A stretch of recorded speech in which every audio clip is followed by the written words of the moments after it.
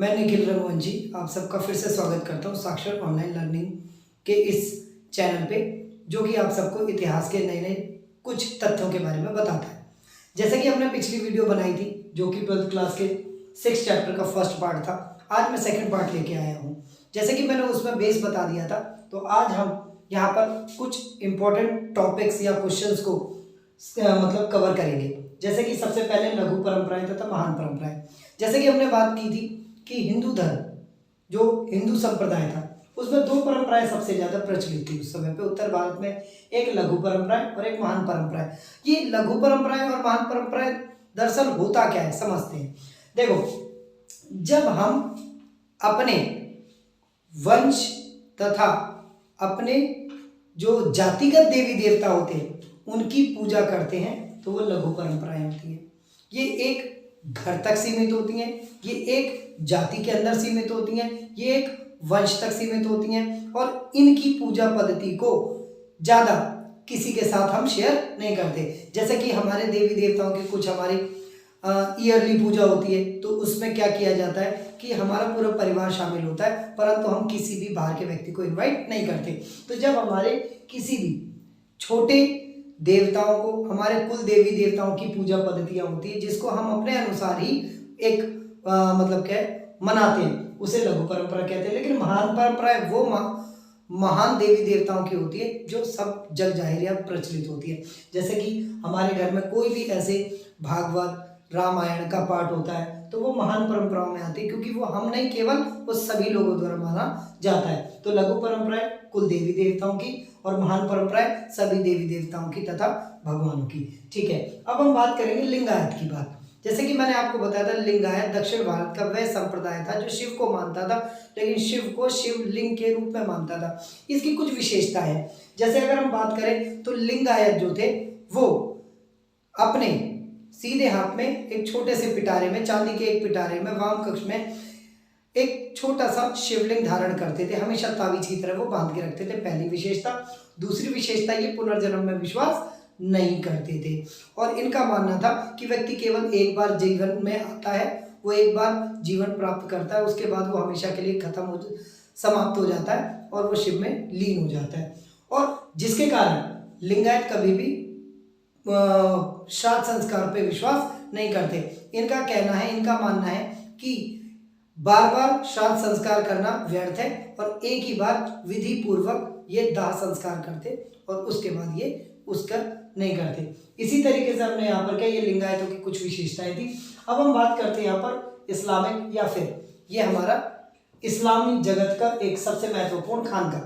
देखिए, खानका किसे कहते हैं? खानका कहते हैं दरगाह को, जहाँ पर सूफी रहते हैं, जहाँ पर शिक्षा प्राप्त करते हैं, शिक्षा देते हैं अपने शागिर्दों को और साथ ही साथ वहाँ पर बैठक लगाते हैं। जो भी लोग आते हैं उनकी मनोकामनाएं पूरी करते हैं या उनके दुख दर्द दूर करते हैं। और ये खानका में अपने तरीके से सभी लोगों को बसाते हैं। अपने जितने भी लोग होते हैं सब मिलकर एक ही जेंडर के लोग यहाँ पर रहते हैं। अब हम बात करेंगे सिलसिला क्या है। सिलसिला एक जंजीर होता है जो कि गुरु और शिष्य की कड़ी होती है। जैसे कि हम बात करें, ये सिलसिला की शुरुआत हुई थी, चिश्ती सिलसिले की शुरुआत हुई थी अजमेर शरीफ से। तो अजमेर में जो मोइनुद्दीन चिश्ती थे, जो ख्वाजा गरीब नवाज भी कहलाते हैं, अजमेर शरीफ भी कहलाते हैं, तो अजमेर से इनकी शुरुआत हुई थी और उनके बाद इन्होंने अपनी तालीम अपने शिष्यों में दी और उन शिष्यों को भारत के अन्य कोनों पर फैला दिया और उन शिष्यों ने भी जब वो गुरु बन गए तो अपने शिष्यों को दिया। तो इस तरीके से ये जो चेन, ये सिलसिला भारत के कोने कोने में पहुंच चुका है।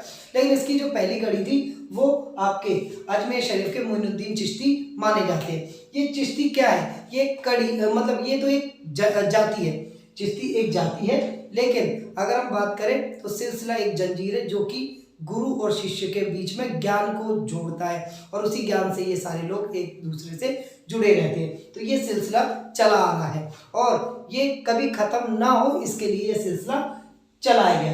इसी प्रकार हम बात करेंगे जिम्मी।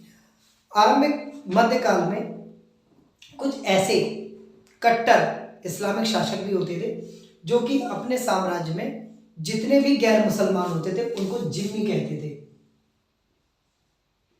गैर मुसलमान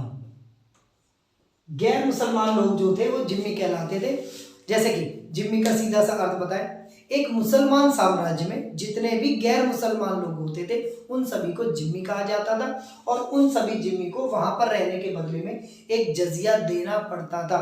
जजिया क्या है, ये क्वेश्चन भी आता है। जिम्मी जैसे मैंने आपको बताया कि एक इस्लामिक साम्राज्य में जितने भी गैर इस्लामिक लोग थे वो सभी जिम्मी कहलाते थे और इसी तरीके से उन सभी जिम्मी वर्ग के लोगों को जजिया अदा करना होता था।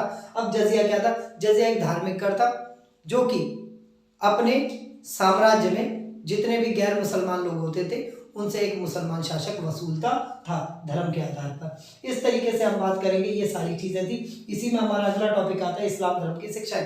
तो हमने ये 11th में 4th चैप्टर में भी किया था, जैसे कि मोहम्मद साहब ने कुछ शिक्षाएं बनाई थी या कुछ अपने इस्लाम धर्म के लिए नियम बनाए थे, उन्हीं में हम बात करेंगे। जैसे कि हर एक मुसलमान को दिन में 5 दफा नमाज अदा करनी है, दूसरे रमजान के महीने में रोजे रखना है, तीसरा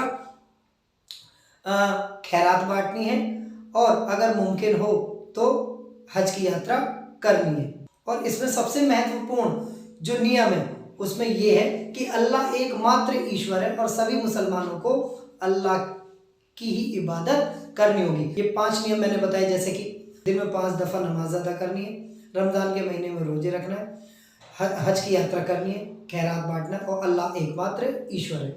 ये चीजें हो गई। अब उसके बाद हम बात करेंगे इस्लामिक स्थापत्य। आपने देखा होगा जो हमारी मस्जिद है, मस्जिदों का थोड़ा सा स्वरूप चेंज हुआ है, लेकिन इस्लामी जगत का एक स्थापत्य भी है जो कि आपको हर एक मस्जिद में वो दिखाई दे सकता है।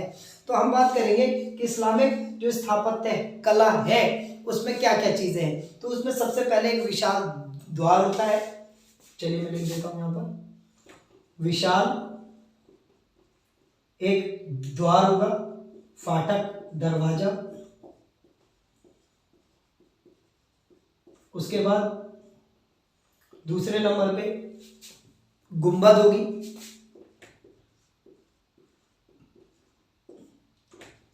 थर्ड गुंबद के साथ में छोटी छोटी मेहराब होगी, गुंबद के साथ में छोटी छोटी मेहराबें होंगी, वो 2 भी हो सकती, 4 भी हो सकती हैं। और उसके बाद अंत में आता है आपका, अंत में नहीं सॉरी, मीनार, जिसे मिनबार भी कहते हैं, मिनबार या मीनार। और लास्ट में आपका आएगा एक आंगन। आप ये जितने भी मकबरे होंगे या जितनी भी मस्जिदें होंगी उनमें सभी में ये स्थापत्य आप देख सकते हैं। तो ये हो गए कुछ। इसके बाद हम बात करेंगे कुछ ऐसे नवीन भक्ति संत या भक्ति पंथ के लोगों की जिन्होंने अपने अनुसार एक नई धर्म को दिशा दी। ठीक है, उसमें हम बात करेंगे यहाँ पर कबीरदास, गुरु नानक देव और मीराबाई। तो कबीरदास, जैसे कि आप सबको पता है कि कबीरदास, एक नाम में ही आपको समझ आ जाए कि कबीर जो मुसलमान या इस्लामिक नाम है, लेकिन दास जो हिंदू लगाता है, जिसके कारण इनका आज भी पता नहीं चला। हमारे इतिहासकार ये कहते हैं कि ये एक हिंदू परिवार में पैदा हुए थे, लेकिन इनका पालन पोषण एक जुलाही जो कि वस्त्र सिलने वाले एक मुसलमान परिवार ने किया, जिसके बाद इन्होंने तालीम ली और इन्होंने हिंदू धर्म या इस्लाम धर्म दोनों के अनुसार या दोनों में कमियां भी दिखाई और दोनों में जो अच्छाइयाँ थी उनको भी उजागर किया। ये एक निर्गुण भक्ति धर्म को मानते थे, ये निर्गुण भक्त थे। ठीक है, और इनकी अगर हम बात करें तो इनकी जो बोली है वो 3 पार्ट में देखने को मिलती है, कबीर बीजक, कबीर ग्रंथावली और आदि ग्रंथ साहिब। ठीक है, उसके बाद हम बात करेंगे गुरु नानक देव जी के बारे में। तो गुरु नानक देव जी, ये जो वर्तमान समय में पाकिस्तान है, तो उस समय पर जो पंजाब होता था तो उसी के ननकाना गांव में इनका जन्म हुआ। इनके पिताजी जो कि कालूराम उनका नाम था, वो तलवंडी के मतलब एक अच्छे खासे सरदार थे। और अगर हम बात करें तो ये एक अच्छे घराने से थे और ये आरंभिक समय पे हिंदू धर्म में थे, लेकिन हिंदू धर्म में कुछ कमियां दिखाई देने के बाद, यानी इनको हिंदू धर्म में कुछ कमियां दिखती थी जिससे ये संतुष्ट नहीं थे। तो इन्होंने आरंभिक समय पे उसी हिंदू धर्म को शुद्ध करने की कोशिश की, परंतु जैसे जैसे इनके शागिर्द आते गए, गुरु आते गए और वो इसको बढ़ाते चले गए,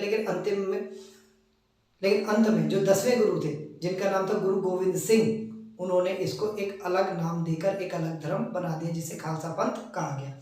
ठीक है, तो गुरु नानक देव जी आरंभिक समय पे शिक्षा को प्राप्त करने के लिए, ज्ञान को प्राप्त करने के लिए, अपने इस धर्म को शुद्ध करने के लिए उन्होंने काफ़ी मतलब मेहनत की और मतलब ज्ञान की प्राप्ति करी अपने एक शागिर्द के साथ, ठीक है। और ये अकेले ही गीत गाते थे और इनका जो साथी, इनका जो शिष्य था मर्दाना, वो एक रबाब बजाता था, ठीक है। तो इसी तरीके से हम मीराबाई की बात करें, जैसे कि उत्तर भारत में मीराबाई बहुत ज़्यादा प्रचलित है। ये एक स्त्री भक्त है और इन्होंने श्री कृष्ण को की अदृश्य भक्ति करी। कभी भी इन्होंने श्री कृष्ण को देखा नहीं था, परंतु इन्होंने श्री कृष्ण को अपना आराध्य या अपना प्रेमी मान लिया था।